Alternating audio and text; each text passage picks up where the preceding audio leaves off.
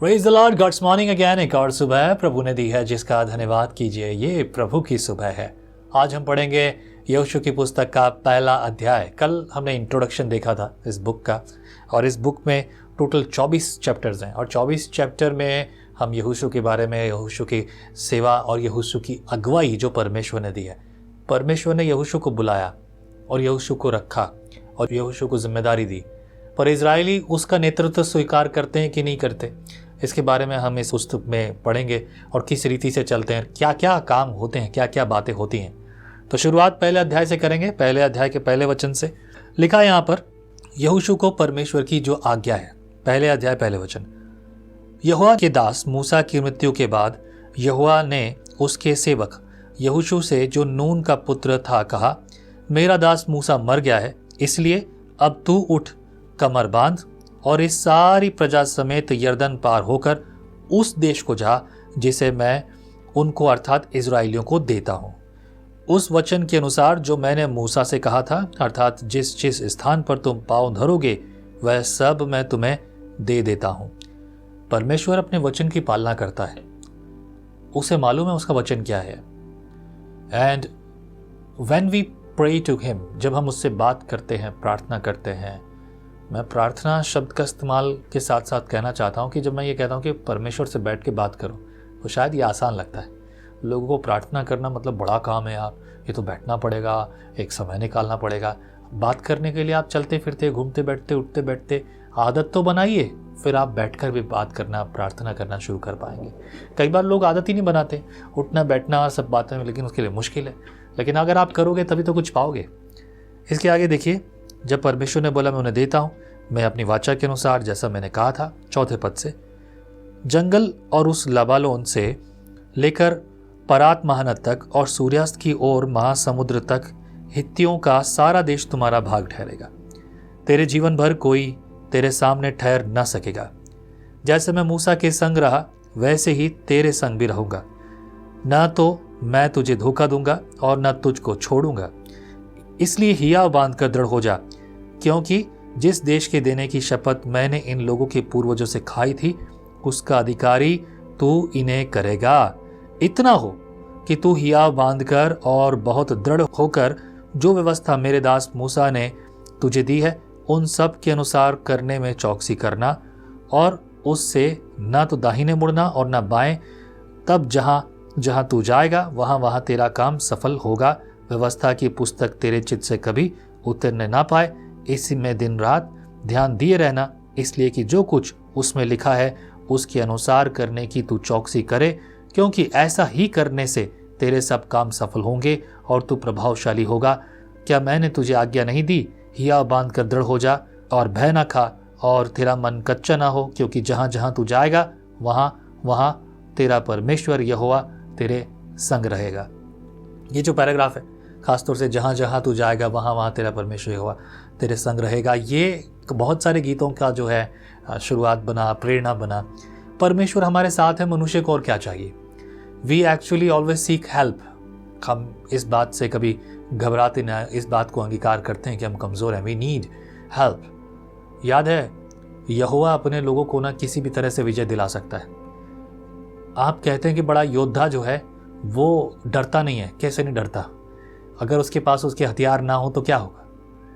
वो तो तब की बात है फिल्मों में, जैसे आप देखते हो जब हथियार कुछ ना हो तो फिर वो बलशाली बनने की कोशिश करता है। क्यों? क्योंकि तब वो सोचता है लड़ाई अब आर या पार, या तो मरेंगे या मारेंगे। लेकिन जब वो तैयार है तो वो अपने पूरे कवच तैयार करेगा, अपने हथियार तैयार करेगा। याद करो गिदोन को। गिदोन एक ऐसा व्यक्ति जिसे जो है ना पेड़ के तने के बराबर में भी छुप जाए तो किसी को पता ना चले, और उसे परमेश्वर इस्तेमाल कर रहा है, और उसने एक बहुत बड़ी सेना को गिरा दिया, नाश कर दिया। किस हथियार से? जय जयकार से, सिर्फ जय जयकार से। यरीहो की दीवार गिरा दी। अव्वल अगर यरीहो की दीवार गिरानी होती किसी और को तो हो सकता है तोपों की आवश्यकता पड़ी, बड़े बड़े बमों की आवश्यकता पड़ती, और बहुत सारे लोगों की आवश्यकता पड़ती। दीवार गिराना आसान नहीं है मेरे प्रियो। अपनी घर की दीवार जो सिर्फ 4-6 इंच की दीवार होती है, इसको गिराने में आदमी को पसीने छूट जाते हैं। लेकिन सोचो वो इतनी बड़ी दीवार, इतनी महल की दीवार जो एक शहर पना है, उसको गिराया जाए किस बात से? कौन सा हथियार? सिर्फ एक हथियार, यहोवा की जय जयकार। ये जय जयकार की जो ताकत है ना, ऐसी ताकत यहोवा देता है और उसके लिए आपको कोई और योद्धा की ज़रूरत नहीं है, सिर्फ उसके साथ संगति करने की ज़रूरत है। ये बात इन पुस्तकों में हमें पता चलेगी। 10वें वचन से मैं पढ़ूंगा, यहोशू का लोगों को आदेश देना। जब प्रभु ने ये बताया उसे, देख मैं तेरे साथ हूँ हमेशा। हमें मालूम है कि हमारे साथ परमेश्वर है, देन वी स्टैंड टुगेदर। आज हमारे सुसमाचार प्रचार की जो सेवा का जो सामर्थ हम में है वो इसी बात से है, क्योंकि देख तू जहाँ जहाँ तू जाएगा मैं वहाँ तेरे संग हूँ। 10वें वचन में लिखा है, तब यहोशू ने प्रजा के सरदारों को यह आज्ञा दी, छावनी में इधर उधर जाकर प्रजा के लोगों को यह आज्ञा दो कि अपने अपने लिए भोजन तैयार कर रखो, क्योंकि 3 दिन के भीतर तुमको इस यरदन के पार उतर कर उस देश को अपने अधिकार में लेने के लिए जाना है, जिससे तुम्हारा परमेश्वर यहोवा तुम्हारे अधिकार में देने वाला है। फिर यहोशू ने रूबेनियों, गादियों और मनशे के आधे गोत्र के लोगों से कहा, जो बात यहोवा के दास मूसा ने तुमसे कही थी कि तुम्हारा परमेश्वर यहोवा तुम्हें विश्राम देता है और यही देश तुम्हें देगा, उसकी सुधि करो, यानी उसको याद करो। 14 पद, तुम्हारी स्त्रियां, बाल बच्चे और पशु तो इस देश में रहें जो मूसा ने तुम्हें यरदन के इसी पार दिया, परंतु तुम जो शूरवीर हो, पाती बांधे हुए अपने भाइयों के आगे आगे पार उतर चलो और उनकी सहायता करो। और जब यहोवा उनको ऐसा विश्राम देगा जैसा वह तुम्हें दे चुका है, और वे भी तुम्हारे परमेश्वर यहोवा के दिए हुए देश के अधिकारी हो जाएंगे, तब तुम अपने अधिकार के देश में जो यहोवा के दास मूसा ने यरदन के इस पार सूर्योदय की ओर तुम्हें दिया है, लौटकर इसके अधिकारी होंगे। तब उन्होंने यहोशू को उत्तर दिया, जो कुछ तूने हमें करने की आज्ञा दी है वह हम करेंगे, और जहाँ कहीं तू हमें भेजे वहाँ हम जाएंगे।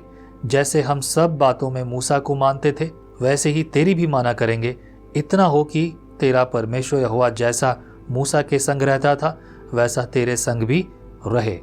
कोई क्यों ना हो जो तेरे विरुद्ध बलवा करे, और जितनी आज्ञाएं तू दे उनको न माने तो वह मार डाला जाएगा, परंतु तू दृढ़ और हियाव बांधे रहे।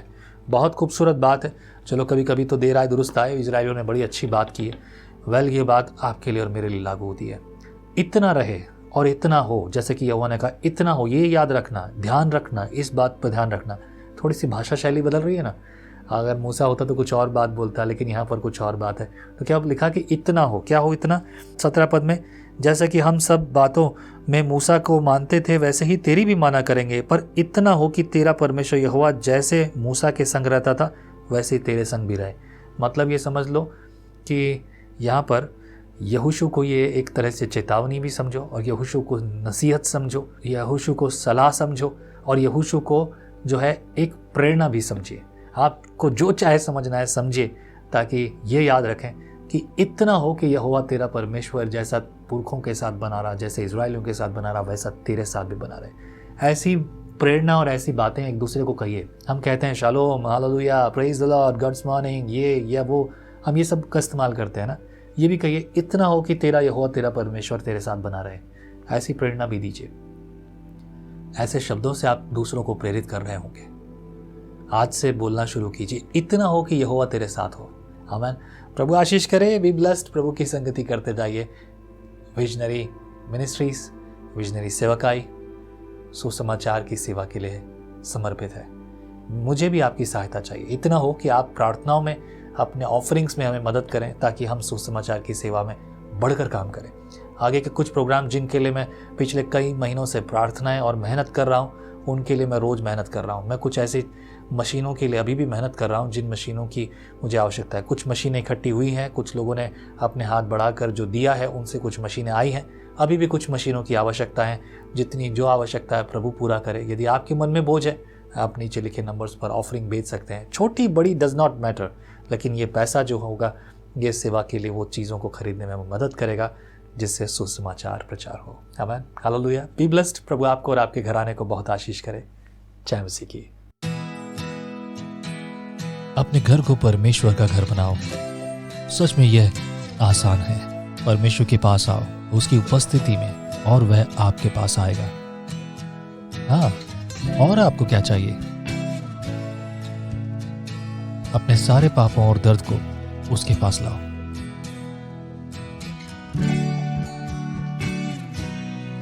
सब कुछ उसे पूरी तरह से समर्पित करो। वह आपको शुद्ध करेगा, और जो भी कुछ गलत है उसे परमेश्वर आपको छुटकारा देगा। क्योंकि देखो, वो द्वार पर ही खड़ा है। उसका वचन सुनकर उसे दिल से बुलाओ, वह आपके दिल में आकर आपके साथ भोजन करेगा। आओ मिलकर पुकारें, विजनरी टीवी और रेडियो पर। हर दिन हम आपके लिए कुछ नया लेकर आएंगे। आइए हमारे साथ विजनरी रेडियो और टीवी पर।